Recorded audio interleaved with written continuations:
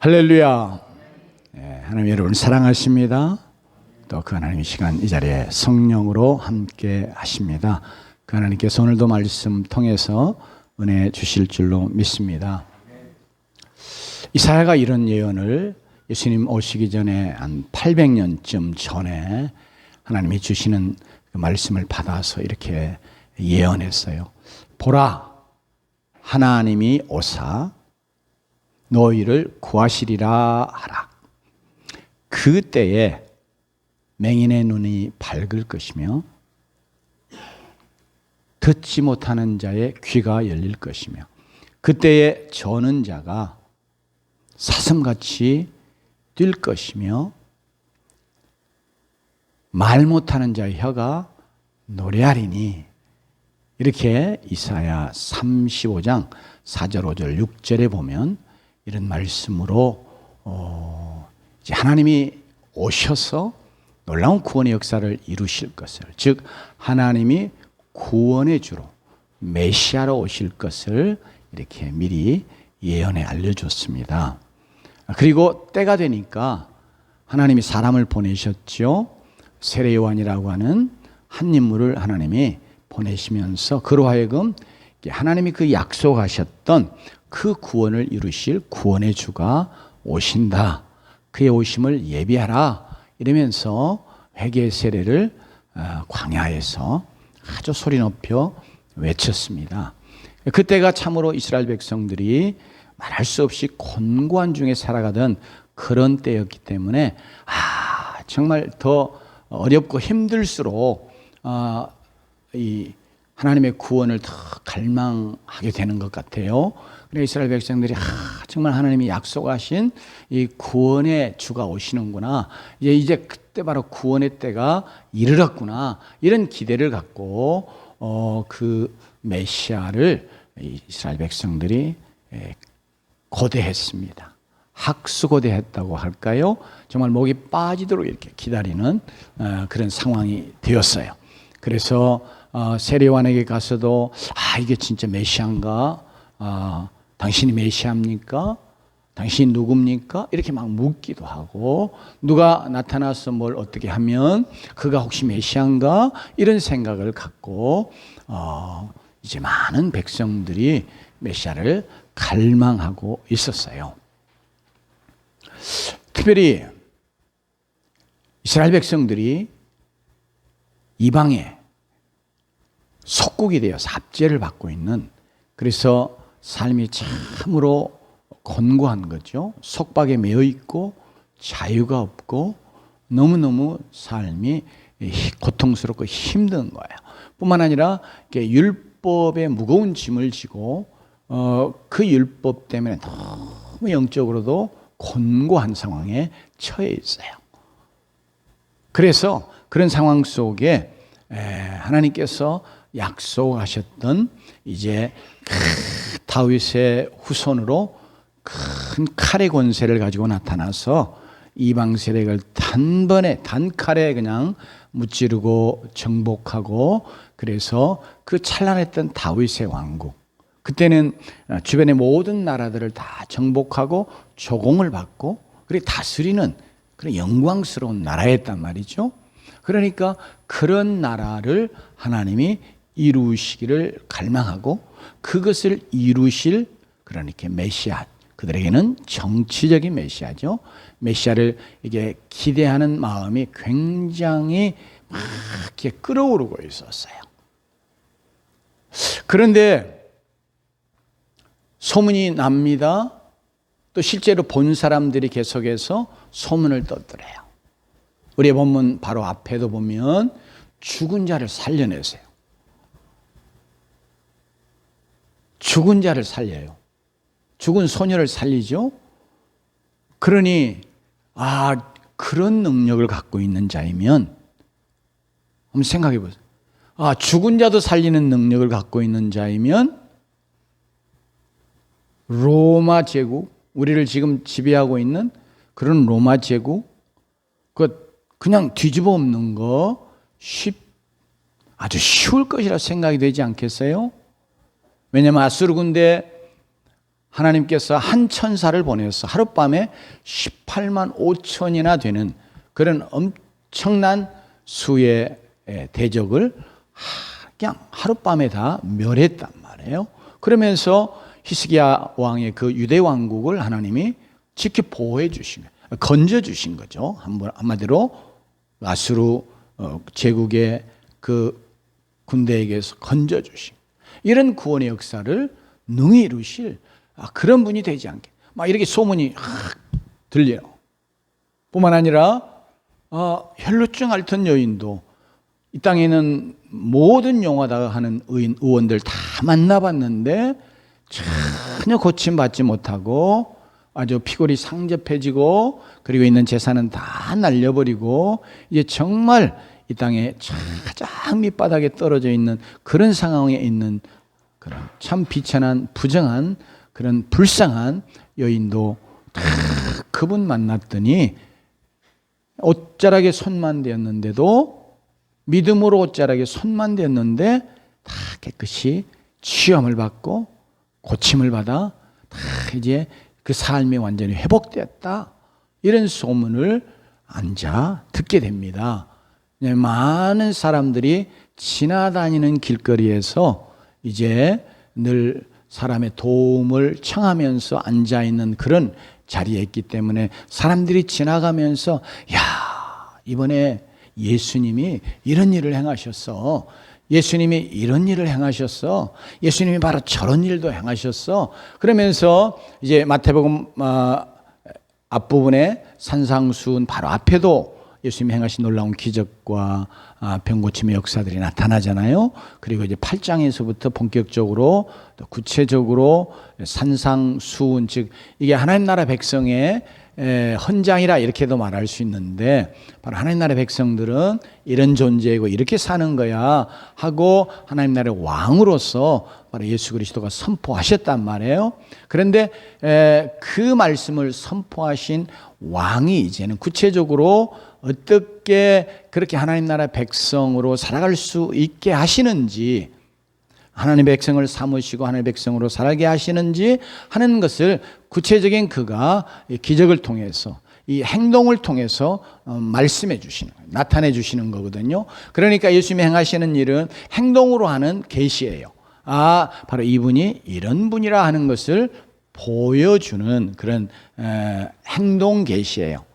우리는 이제 그 계시가 말씀 계시로 이렇게 다 기록이 되어 있어서 말씀 속에 예수님이 행하시는 그런 행동 계시, 행함으로 나타내 보여주시는 그런 계시도 우리는 이제 말씀 속에서 같이 보죠. 그런데 이제 이렇게 말씀이 기록되기 이전에 예수님이 행하시는 모든 것들이 예수님이 어떤 분이시다 하는 것을 보여주시는 그런 계시였단 말이에요. 그런데 이런 계시의 사건을 계속해서 듣다 보니까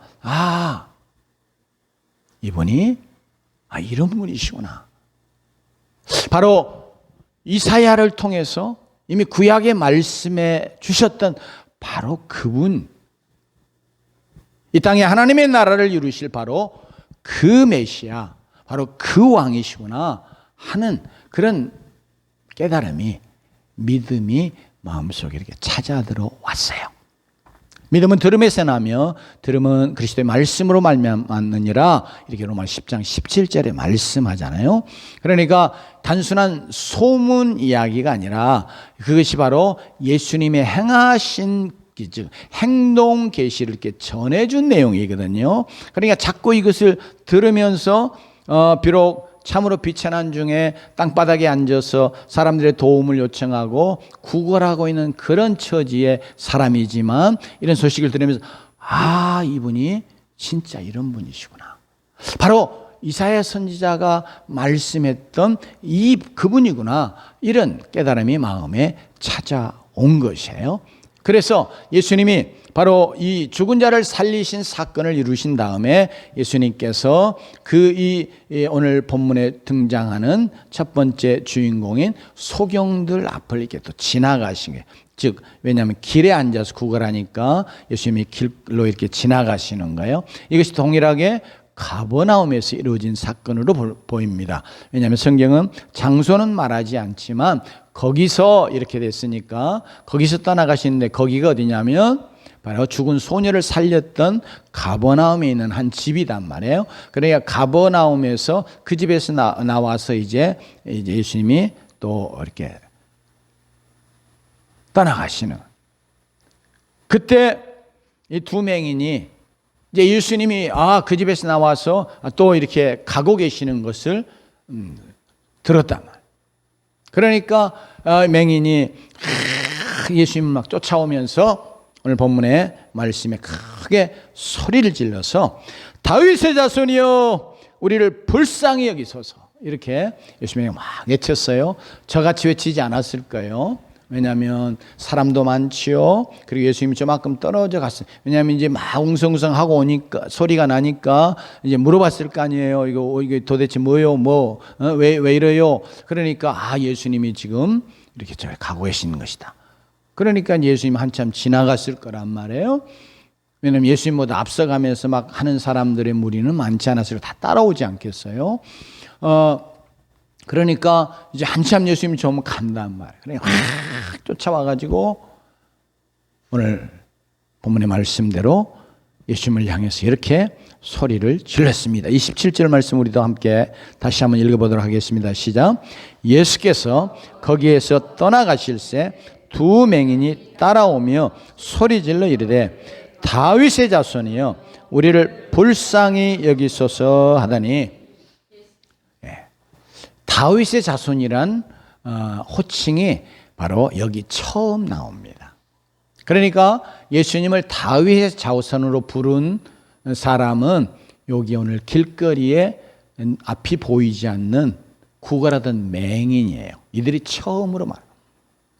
다윗의 자손이란 말은 이제 구약에서 하나님이 다윗의 영원한 왕위를 이어받을, 이렇게 다윗의 후손으로 약속해 주신, 오늘 특별히 메시아라고 하는 용어와 동의어로 쓰이는, 다윗 자손 그러면 뭐예요? 메시아여 이런 말하고 똑같은 거예요. 구원자여, 메시아가 구원자잖아요. 이제 신약의 이 메시아가 신약에는 이제 크리스토스 해가지고 그리스도 이렇게 번역이 됐는데, 이게 뭐냐면 기름 부은 자로서 우리의 구원을 이루실 분, 그러니까 왕이신 분, 이런 표현이다.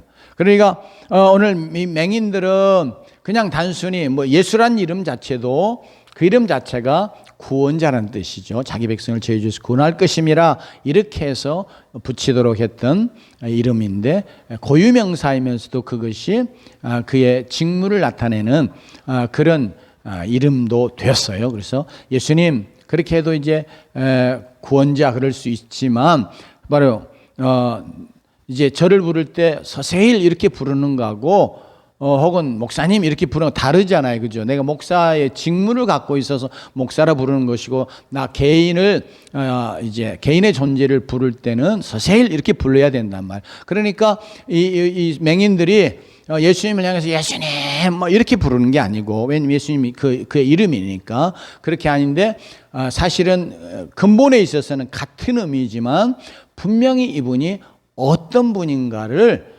구체적으로 신앙 고백하는 그런 의미로 이들이 다윗의 자손이야 이렇게 부른 거예요. 그러니까 이들의 이 호칭 속에는 예수님을 이들이 구체적으로 어떤 분이시다 하는 것을 고백하는 그런 내용이 들어 있습니다. 그러면서 우리를 불쌍히 여기소서. 자, 메시아니까, 즉 이미 이사야를 통해서 말할 때 아까 인용해드렸던 그런 이사야 35장에 이미 증거하는 것처럼 맹인의 눈이 어떻게 된다고요? 밝을 것이며,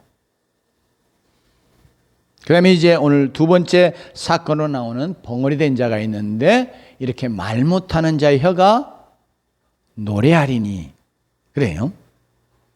하나님께서 우리의 존재를 만드실 때 보는 존재, 말하는 존재, 듣는 존재로 이렇게 하셨는데, 특별히 하나님께서 우리에게 원하신 건 뭘 보냐면 정말 하나님이 놀라운 지혜와 권능으로 온 우주를 창조하신 창조주 하나님이시잖아요. 그러니까 하나님이 창조하신 이 창조 세계 속에 나타난 하나님의 지혜와 권능을 보고 또 그걸 통해서 하나님의 영광을 보기를 하나님 원하셨어요. 그렇게 해서 뭐예요? 입으로는 하나님을 찬양하고 하나님을 높이는 자 되도록 하나님께서 본래 우리의 인생을 그걸 위해 창조하셨어요. 그런데 범죄함으로 인해서 이제 영적인 눈이 가리워져서 우리는 이제 생명이 이제 육체의 생명으로 영적인 생명으로 지금은 이렇게 마치 이분법적으로 나눠 생각할 정도로 이렇게 죄로 인해서 이것이 괴리되어 있다 이렇게 표현할 수 있을 정도 그렇게 되어 있는데 처음에 하나님 우리를 창조하실 때는 이렇게 영어로 말하면 living soul이라고 해요. 살아있는 혼, 영혼 그럴 거예요. 그러니까 이렇게 우리는 육과 영이 다 이렇게 완전히 결합되어 있는 한 인격적인 존재 이런 존재로 지음받았어요. 그런데 이제 범죄하면서 우리의 영이 어두워져 가지고 영적인 것들을 못 보는 이런 존재가 돼요. 다만 육적인 것만 보는 이게 우리의 눈도 다 뭐예요? 처음에는 모든 것을 다 영육을 다 함께 보는 혹은 모든 것이 다 사실은 어떤 점에서 영이신 하나님이 창조하신 것이겠지만 자시기 때문에 물질적인 것이어도 다 그것이 영적인 의의를 갖는 거거든요. 그러니까 그런 영적인 의의를 바라보는 그런 영적인 눈을 갖고 있었던 존재인데 그것을 즉 하나님과 늘 관계에서 바르게 볼 수 있는 그런 눈을 갖고 있었는데 범죄하면서 이 눈이 가려져 버린 거예요. 그래서 이게 보기는 보는데 육적인 것들은 보는데 물질적인 건 보는데 그것도 하나님이 창조하신 그런 본래 의도대로 뜻대로 하나님의 경륜대로 그런 때를 바라보고 이해하지 못하는 그런 것이긴 하지만 어쨌든 간에 그래도 육적인 건 볼 수 있는 이런 상태에 있다. 그런데 거기에서 한 걸음 더 나아가서 죄로 인해서 죄의 저주로 말미암아 인간에게 질병이 찾아오고 그러면서 이렇게 눈이 문제가 생기는 그래서 날 때부터 혹은 살아가다가 눈이 마치 보이지 않는 이렇게 마치 맹인처럼 되어지는 이런 것도 다 죄의 저주의 결과로 온 거거든요. 그런데 바로 메시아가 오면 하나님이 이렇게 구원자 즉 메시아로 오시는 하나님 이사야에서 말씀하신 대로 하면 하나님이 오사 너희를 구하시리니 이렇게 말씀하셨다면 그러니까 하나님이 어떻게 해요? 오시는 거예요. 땅에 사람들에게 오시는 거예요. 그러니까 바로 그 말씀을 통해서 이제 희미하게나마 그 말씀을 믿음으로 받은 자들은 하나님이 메시아로 오신다. 한 번씩 구원의 역사를 이루시는 그런 하나님이 아니라 메시아로 즉 구원자로 이 땅에 오신다. 그래서 이제 우리는 신약의 가르침을 통해서 그분이 하나님이시지만 사람의 몸을 입고 이 땅에 오시는 그런 메시아 구원자가 되시는 걸 우리는 밝히 알게 되었습니다마는 구약의 백성들은 그런 눈이 열리지는 않았어도 이 말씀을 통해서 하나님이 이렇게 구원자로 오시는 메시아구나. 이렇게 이해하면서 바로 그 메시아가 오면 어떻게 돼요? 맹인의 눈이 밝아짐. 이게 죄로 인해서 오는 육체의 맹인됨. 그것도 오늘 우리 본문이 구체적으로 이것도 열어주시는, 고치시는 그런 메시아이신 것을 말하면서 동시에 이사야가 말하려고 했던 것은 죄로 인해서 인간의 눈이 영적인 눈들이 가리워져 있어서 그걸 하나님의 그 구원도 잘 못 보고 하나님의 영광을 못 보고 하나님의 지혜와 권능을 이렇게 못 보는 거예요. 영적인 건 못 보는 거예요. 그런데 메시아가 오면 구원자가 오시면 메시아로 오시는 그 하나님이 오시면 뭐예요? 이런 것들이 다 열리게 하시는 역사. 오늘 이게 본문은 이제 이 맹인은 아직 육체의 눈은 떠지지 않았지만 뭐가 먼저 떠진 거예요? 영적인 눈이 먼저 떠진 거예요. 그래서 예수님을 어떤 분으로 봐요? 메시아로 본 거예요. 구원자로 본 거예요. 하나님이신 분이 지금 이게 지금 자기 곁에 이 땅에 구원자로 오시는 그런 메시아인 것을 이 맹인이 안 거예요. 그러니까 영적으로 눈이 떠 있는 거죠. 요한복음 9장에 보면 날 때부터 맹인된 소경된 자를 예수님이 고치시는 사건 나오잖아요. 그때 예수님이 이게 맹인을 고쳐 주셨어요. 그리고 나서 맨 마지막에 그 예수님 맹인을 고친 사건 때문에 이제 종교 지도자들이 예수님을 이제 시비하고 그랬을 때 그러면서 이제 보지 못한 자 보게 하시려 오신 바로 그런 주님 되심을 이야기할 때 우리가 눈이 멀쩡히 떠 있는데 이제 이렇게 반응한단 말이에요. 그래 너희들 본다고 하니까 너희들은 맹인이라 영적인 맹인은 그러면서 너희 죄가 그대로 있느니라 이런 말씀을 예수님이 선언하신 내용이 나온단 말이에요. 그러니까 예수님께서 이 소경을 고치시면서 주님은 단순히 육체의 눈만 뜨게 하시는 게 아니라 바로 그 육체의 눈을 뜨게 하시는 분이 어떤 분이신가 해서 영적인 눈이 떠져서 그분을 영적인 눈으로 또 오늘 용어를 본문에 등장하는 용어를 그대로 쓰자면 믿음의 눈이 떠져서 그게 영적인 눈은 그 믿음의 눈이거든요. 이제는 타락한 자들이 그의 영적인 눈이 떠지는 것은 믿음의 눈이거든요. 그러니까 믿음의 눈으로 예수님이 이런 분이시구나. 이게 죽은 자 살리시고 혈류병을 낫게 하시고 중풍병자를 낫게 하시고 하셨던 그분 그냥 기적을 능력이 많아가지고 하나님이 능력 막 부어주셔가지고 그냥 이런 능력 저런 능력 이런 기적 저런 기적을 행하시는 이제 미러클 워커 이런 분이 아니라 이분이 바로 하나님이 이미 약속하셨던 즉 하나님이 오셔서 구하시리라고 했던 구원하시러 오시는 바로 그 하나님 바로 그 메시아구나 이렇게 아는 눈이 떠지는 거 주님이 원하신단 말이에요. 그런데 오늘 이 두 맹인들을 고백을 보면 이들은 육신의 눈은 아직 안 떠졌는데 뭔 눈이 먼저 떠진 거예요? 영적인 눈이 먼저 떠진 거예요. 믿음의 눈이 떠진 거예요. 그래서 예수님 향해서 다윗의 자손이여 우리를 불쌍히 여기소서 이렇게 외치게 됐습니다. 특별히 불쌍히 여기달라고 이렇게 담대하게 외칠 수 있었던 것은 이미 혈루증을 앓던 여인의 이야기도 들었을 거예요.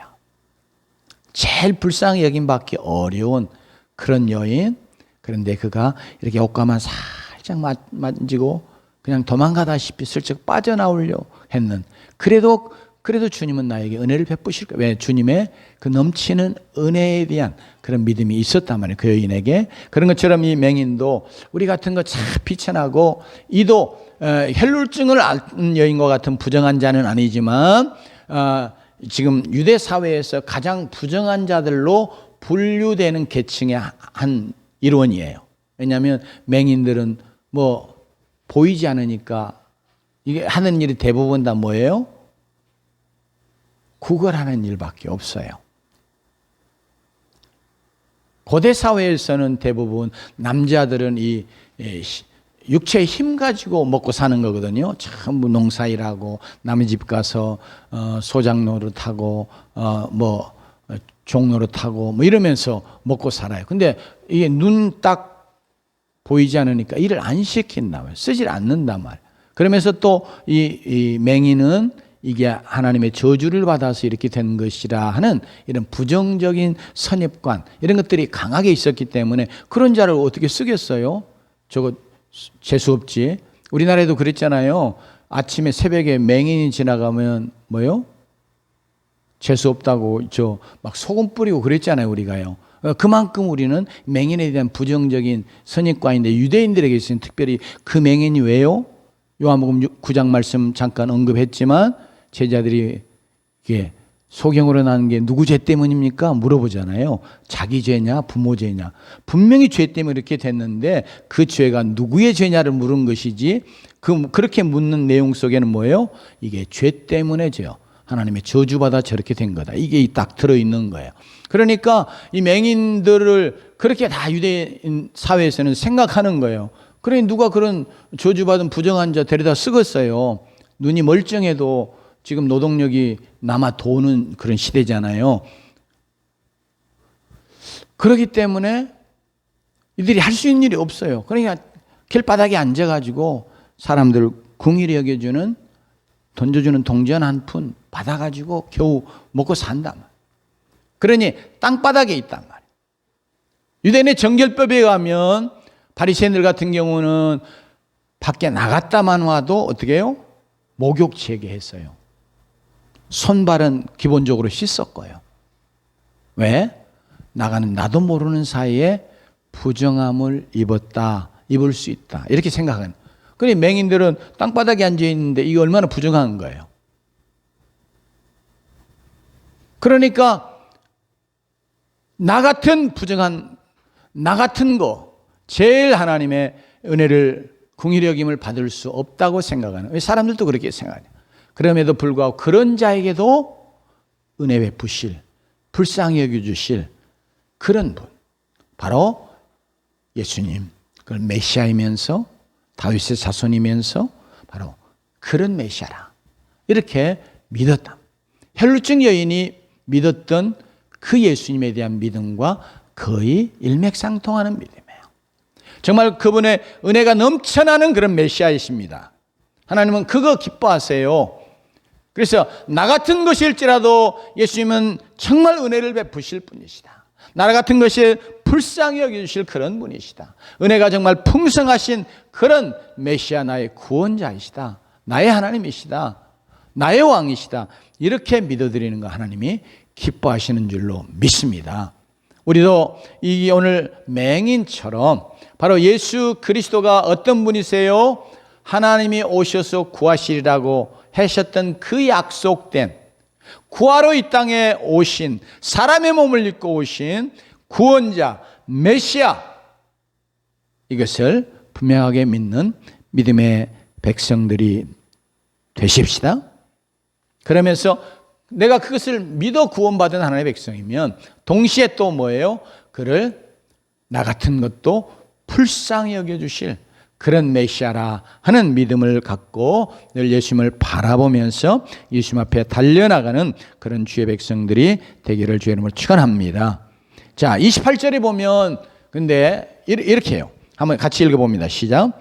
예수께서 집에 들어가심에 맹인들이 그에게 나오거늘 예수께서 이르시되 내가 능히 이 일 할 줄을 믿느냐 대답하되 주여 그라오이다 하니, 여기 보면 이제 27절과 28절 사이에 이제 이런 거예요. 우리가 그 상황을 조금 생각해 보면 맹인들이 막 예수님 쫓아오면서 다윗의 자손이여 우리를 불쌍히 여기소서 막 그런데 예수님이 들은 척도 안 하신 거예요. 어떤 점에서 보면 말씀이 지금 그 부분을 언급하지도 않고 뭐라고 말씀하시지 않지만, 왜냐하면 이제 언제부터 맹인에게 이야기를 시작하냐면 집에 들어가신 다음에. 이건 물론 이들이 얼마나 정말 다윗의 자손 불쌍히 여겨주세요 이렇게 고백할 때에 그들이 고백하는 그 메시아로 이들이 정말로 믿는지, 이것을 그들의 믿음을 주님이 한번 시험해 보시는 그런 의도로 이렇게 잠잠하셨다 이렇게 말할 수 있고요. 왜냐하면 그 다음에 28절에 보면 그 다음에 이제 물으시는 내용이 나와요. 이거 할 줄을 믿느냐 이렇게 물어보시거든요. 그러니까 이들이 그냥 한두 번 하다가 예수님 들은 척도 안 하네. 참 예수님이 어떻게 우리 같은 것들은 역시 거들떠보시지 않은가 봐 이렇게 끝나버릴 수 있잖아요. 그런데 예수님이 이제 침묵하시고 그러면서 이제 28절에 이렇게 네가 믿느냐 이렇게 물어보신 내용을 통해서 우리가 알 수 있는 거, 바로 예수님이 이들의 믿음을 진짜 믿음, 정말 이들이 고백하는 그 내용대로의 메시아로 자신을 정말 믿고 지금 쫓아오고 있는가 하는 것을 주님이 보시기를 원하셨고 그들의 믿음을 더욱 굳게 세워가시려고 하는 그런 의도도 있으셨다, 이렇게 살펴볼 수 있고요. 그러면서 동시에 그 당시에 유대인들이 가졌던 정치적인 메시아에 대한 생각이 다 퍼져 있어요. 그러니까 예수님이 막 이런 기적들을 행하, 죽은 자도 살리셨으니 얼마나 엄청난 소문이 났겠어요. 그러면서 대부분 이런 분이라면 로마 제국도 일거에 무너뜨릴 수 있는 막 이런 진짜 정치적, 우리가 기대하는 로마 제국을 무너뜨리고 다윗의 왕국을 참 영광스럽게 회복하실 그런 메시아 아니겠냐, 이런 생각을 이제 이 지도자들은 그것을 어떻게 하든지 그것 때문에 시기하고 이제 질투하고 예수님을 죽이려고 했지만, 일반 대중들은 다 그런 생각들을 많이 갖고 막 흥분이 됐을 거예요.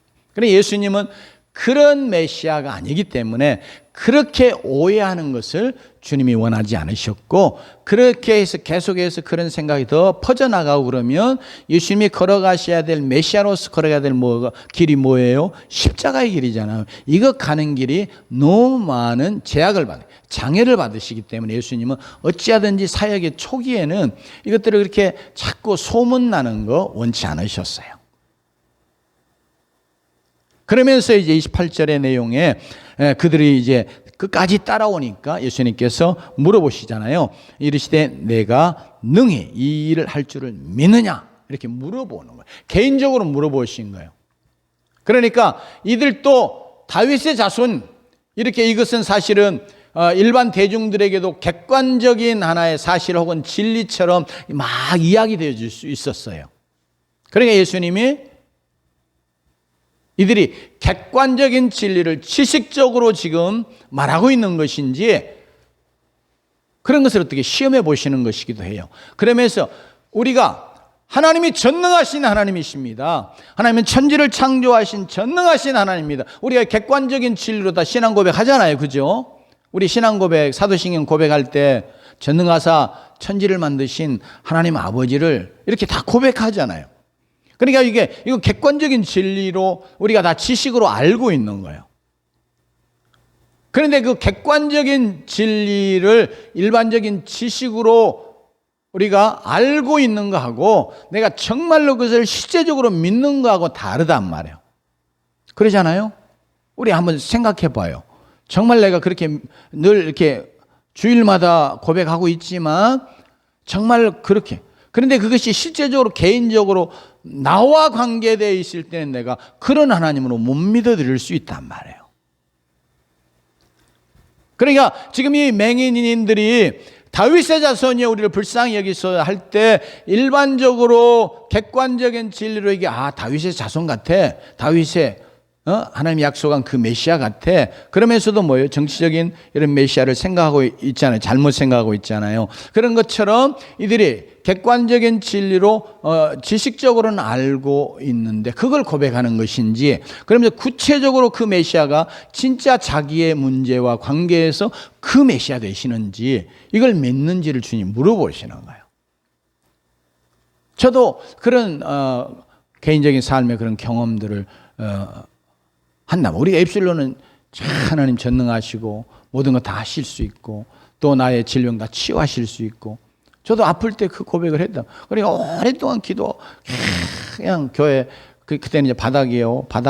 마룻바닥에 가서 무릎 꿇고 앉아가지고 하나님 나를 치유해 주세요. 이렇게 기도하면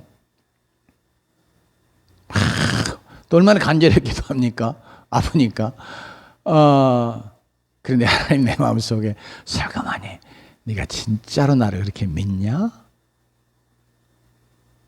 믿으니까 내가 이렇게 기도하잖아요. 하나님 그렇게 답을 하는데 하나님 내 마음속에 갈등과 도전을 주시는데, 그러면 네가 그렇게 기도만 하지 말고 마치 양다리 걸치는 것처럼 그렇게 하지 말고 나만 전적으로 한번 의지해 보지 않을래? 이런 마음을 주시는 거예요. 그랬을 때 제 마음에 찾아온 것이 불안과 두려움이 순간적으로 이러다 진짜 내가 내 생명 망하는 거 아니야? 막 이런 생각이 찾아오는. 그때 이제 하나님이 제게 부끄러움을 주시더라고요. 진짜 네가 나를 안 믿으니까 그렇게 불안해하고 두려워하지, 이런 생각이 딱 찾아오는 거예요. 그래서 오늘 여기 말씀 묵상할 때도 야, 주님이, 그래서 우리가 객관적인 진리로 하나님이 이런 분이십니다, 전능하신 분이십니다, 치료의 하나님이십니다, 능치 못함이 없으십니다, 믿으면서도 실제적으로 내 문제, 나와 관계에서 개인적으로 주님이 그렇게 하실 수 있는 분으로 내가 믿어드리느냐 하는 건 또 다른 문제구나. 이렇게 오늘 그래서 예수님이 사실은 개인적으로 물어보시는 거예요. 그랬더니 이 소경들이 주여 그러합니다. 그러면서 여기 이제 주님이란 용어를 써요. 이건 주님이란 용어는 이제 헬라어로는 퀴리오스란 말인데, 이게 구약의 하나님을 이렇게 옮겨온 단어예요. 그러니까 이 맹인들은 이사야의 말씀을 제대로 잘 안 거예요. 하나님이 오사 구원하시리라 했는데, 그러니까 지금 예수님이 그냥 사람인데 능력이 많으셔가지고 이런 기적을 이루시는 분이 아니라 이분이 하나님이신데 지금 여기 오셔서 사람의 몸을 입고 오신 바로 그런 메시아, 주님 말 속에는 그 내용이에요. 뿐만 아니라 주라고 하는 말에는 만주의 주, 모든 것의 주인, 그래서 이제 왕이란 의미가 같이 가는 거예요. 그래서 하나님이 자신을 왕이라고 말씀하시잖아요. 남편이라고도 말하고 주님이라고도 말하고, 이렇게 구약에 보면 하나님을 그렇게 말씀하시거든요. 그러니까 이 소경들이 그 고백을 드리고 있는 거예요. 그러니까 주님께서 그 기뻐하셔가지고 29절에 보면 같이 읽습니다. 시작. 이에 예수께서 그들의 눈을 만지시며 이르시되 너희 믿음대로 되라 하시니. 예, 너희 믿음대로 되라, 이렇게만 하면 다 이루어지잖아요. 역사가 일어나지 않겠어요? 그런 사건들이 얼마나 많아요, 예수님이. 근데 그 본문 앞에 뭐라고 하냐, 예수님이 그들의 눈을 만지시면서, 이건 이들의 믿음의 고백을 너무 기뻐하셔서 이들을 사랑하는 마음, 그러면서 불쌍히 여기는 그런 마음으로 이들을 만져주신 줄로 믿습니다. 그게 바로 예수님이 제일 기뻐하시는, 하나님이 제일 기뻐하시는 것은 우리가 정말 하나님을, 예수 그리스도를 나의 구원자로 인격적으로 우리가 믿고, 그분이 실제적으로 그냥 객관적으로 이런 하나님, 지식적으로 이런 하나님이 아니라 나와 관계에서, 내 삶 속에서 바로 그 말씀이 증거하는 바로 그 하나님 되시는 것을 내가 믿음으로 진정으로 받아들이고 고백해 드릴 때 하나님은 그 믿음을 기뻐하시는 줄로 믿습니다.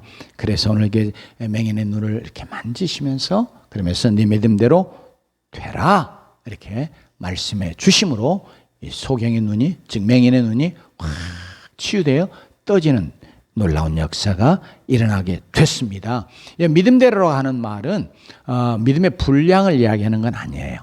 왜냐하면 쓰인 원어 때문에.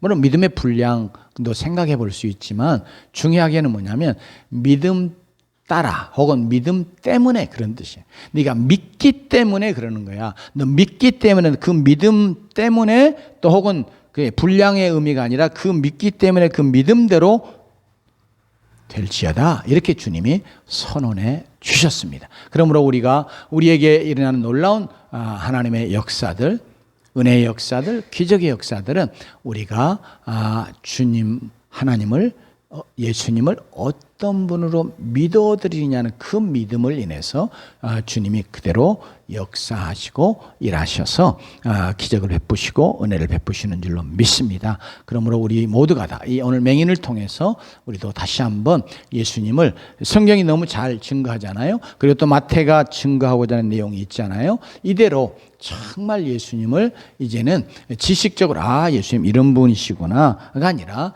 정말로 나의 주, 나의 메시아, 나를 위해서 이 땅에 사람의 몸을 입고 오셨던 바로 그 하나님, 그 메시아, 그 왕, 이렇게 그러면서 나를 위해서 오신 거니까 내 삶 속에 실제적으로 그분이 이렇게 나를 놀랍게 구원하시고 나를 치유하시고 나의 문제를 해결해 주시고 나를 건져 주실 그런 나의 구원자 메시아로 믿어드리고 그 믿음으로 주님을 기쁘시게 함으로 그 믿음대로 여러분에게 이루어지는 놀라운 역사를 경험하고 누리면서 사는 그런 주의 백성이 되기를 주의 이름으로 축원합니다.